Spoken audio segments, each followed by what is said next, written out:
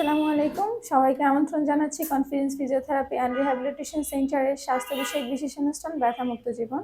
আপনাদের সাথে আছি আমি জাহান লাবণী। আজকে আমরা আলোচনা করব কোমর ব্যথার বিভিন্ন কারণ এই ধরনের। আমাদের এই রোগটি নিয়ে আলোচনা করার জন্য আজকে আমাদের বিশেষ অতিথি assistant professor doctor Mohammad Masum বিশ্বাস স্যার। ধন্যবাদ স্যার আপনাকে আমাদের অনুষ্ঠানে। আপনাকে ধন্যবাদ। স্যার, কোমর ব্যথার ক্ষেত্রে অনেক সময় দেখা যায় কোমর ব্যথা নেই কিন্তু পায়ের নিচের দিকে ব্যথা। সেক্ষেত্রে রোগী মনে করে যে তার কোমরে কোনো সমস্যা নেই, পায়ের সমস্যা। এই সম্পর্কে দর্শকদের উদ্দেশ্যে যদি কিছু বলতেন, কোমর ব্যথা কেন নেই? ধন্যবাদ আপনাকে। খুবই ভালো কোশ্চেন। আমাদের কাছে যখন রোগী আসে, বিশেষ করে কনফিডেন্স ফিজিওথেরাপি সেন্টারে অসংখ্য কোমরে ব্যথা রোগী আসে, যাদের অনেকেরই কমপ্লেইন থাকে যে আমার কোমরে তো কোনো ব্যথা নেই, আমার ব্যথা তো পায়ের দিকে। আমরা স্বাভাবিক তো রোগীদেরকে বোঝানোর চেষ্টা করি যে আসলে কেন কোমরে ব্যথা পায়ে যাচ্ছে।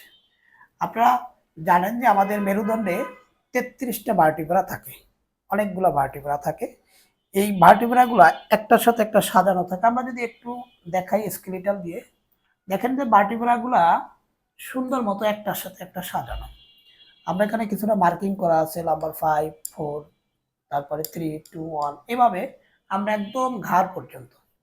তো দেখা যায় যে এই ভার্টিব্রাগুলো যখন আমাদের কোমরে ব্যথা হয়, সেটা বিভিন্ন কারণে তো হতে পারে।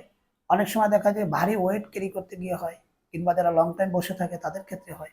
কোনো কারণে যদি এই দুই ভার্টিব্রা, দুই হাড়ের মাঝখানে যে আমরা একটা সাদা আকৃতির একটা সেমি সলিড পদার্থ পাচ্ছি, যেটাকে আমরা বলি কার্টিলেজ টাইপের একটা পদার্থ, এই কার্টিলেজটার উপর যখন চাপ পড়ে, যখন বারবার সামনে ঝুঁকে যায়, চাপ পড়ে, তখন এখান থেকে দেখবেন হলুদ একটা অংশ, যেটাকে আমরা বলি নার্ভ, যখনই এই ডিস্কের উপর কম্প্রেশন হয় তখনই নার্ভের উপর একটা চাপ পড়ে। আরেকটু দেখাই ক্লিয়ার করার জন্য, দেখেন যে লাল আকৃতির একটা পদার্থ, এটা হচ্ছে এই ডিস্কটাকে বের হয়ে কোলাপস হয়ে গেছে, বের হয়ে এই যে হলুদ নার্ভ এখানে টাচ করছে। যখনই টাচ করছে তখনই এই ব্যথাটা পায়ের দিকে ছড়াচ্ছে। এখন অনেক সময় দেখা যায় যাদের কোমরে ব্যথা, তাদের অনেক সময় কোমরে ব্যথা নাও থাকতে পারে। অধিকাংশ রোগীদেরই ব্যথা থাকে হচ্ছে পায়ের দিকে, অথবা কখনো ঝিঝি ধরে, কখনো অবশ অবশ লাগে, কখনো বা পা ভারী ভারী অনুভূতি হয়, কখনো দেখা যায় যে দীর্ঘ সময় হাঁটার পরে পা ফালাই আর হাঁটা যাচ্ছে না, নির্দিষ্ট একটা জায়গা থেকে বসতে হয়, তারপর কিছুক্ষণ বসার পরে যখন উনি ওঠে তখন উনি হাঁটতে পারে। এই হচ্ছে আমাদের কোমরে ব্যথার মূল কারণ। এ কারণে কোমরে ব্যথা পায়ের দিকে ছড়িয়ে যাচ্ছে। ধন্যবাদ স্যার। এই জাতীয় কোমর ব্যথার ক্ষেত্রে কি কি পরীক্ষা নিরীক্ষা করা হয়? হ্যাঁ, খুবই সমসাময়িক প্রশ্ন। কারণ অনেক রোগী যখন ডাক্তারের কাছে আসে, অনেকেই ভয় পায় যে আমরা ডাক্তারের কাছে গেলে না জানি অনেকগুলো টেস্ট দেয়, বিভিন্ন প্রকার টেস্ট।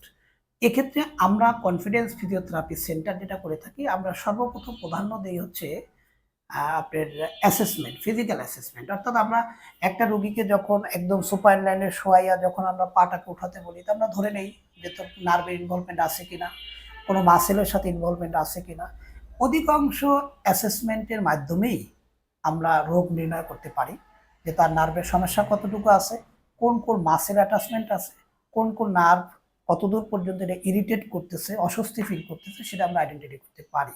তবে অনেক ক্ষেত্রেই আমরা এমআরআই কিংবা এক্স-রে প্রয়োজন হয় ক্ষেত্র বিশেষ। সবার ক্ষেত্রে এই জাতীয় দামি টেস্ট প্রয়োজন নাও হতে পারে। স্যার, ধন্যবাদ। স্যার, এই ধরনের ব্যথা নিরাময়ের চিকিৎসা পদ্ধতি কি হতে পারে?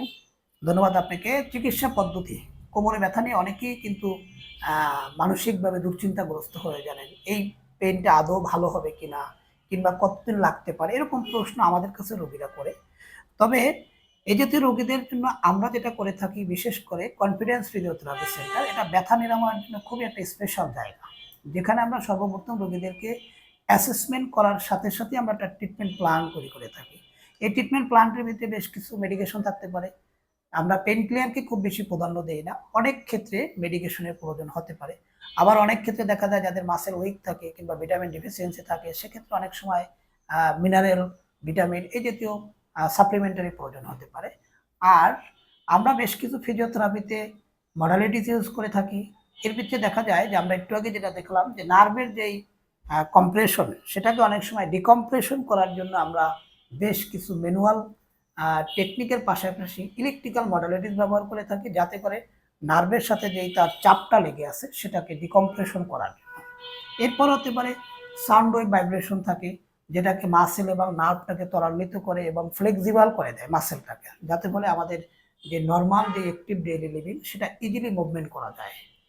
এরপর পাশাপাশি রোগীদের যেটা করণীয় থাকে সবচেয়ে, যে এই চিকিৎসা পদ্ধতির পাশাপাশি হচ্ছে রোগীদের কিছু হোম অ্যাডভাইস। অর্থাৎ আমরা রোগীদেরকে বলি দীর্ঘ সময় বসে থাকবেন না, ভারী জিনিস ক্যারি করবেন না, ভারী জিনিস ধাক্কা দিয়ে সরাবেন না, এবং যারা ডেস্ক জব করে তারা যাতে দীর্ঘ সময় একই পজিশনে বসে না থাকে, একটা নির্দিষ্ট ডিউরেশনের পর, ধরেন 40 মিনিট কিংবা 50 মিনিট পর পর যাতে উনি উঠে ওনার অ্যাক্টিভিটিসটা শুরু করতে পারে। এই জিনিসগুলো যদি নিয়মাবলী যদি উনি সঠিকভাবে মানতে পারে, আমরা দৃঢ় বিশ্বাস এবং আমরা প্র্যাকটিস লাইফে দীর্ঘদিনের অভিজ্ঞতা থেকে বলছি, কোমরে ব্যথা রোগী পরিপূর্ণভাবে নিরাময় করা সম্ভব। স্যার ধন্যবাদ আপনাকে আপনার মূল্যবান বক্তব্য আমাদের দর্শকের উদ্দেশ্যে দেওয়ার জন্য। আপনাকেও ধন্যবাদ। আজকে এই পর্যন্তই, পরবর্তী অনুষ্ঠান দেখার আমন্ত্রণ জানিয়ে আজকের মতো এখানে বিদায় নিচ্ছি। সুস্থ থাকবেন, ভালো থাকবেন, কনফিডেন্স ফিজিওথেরাপি অ্যান্ড রিহ্যাবিলিটেশন সেন্টারের সাথে থাকবেন। ধন্যবাদ।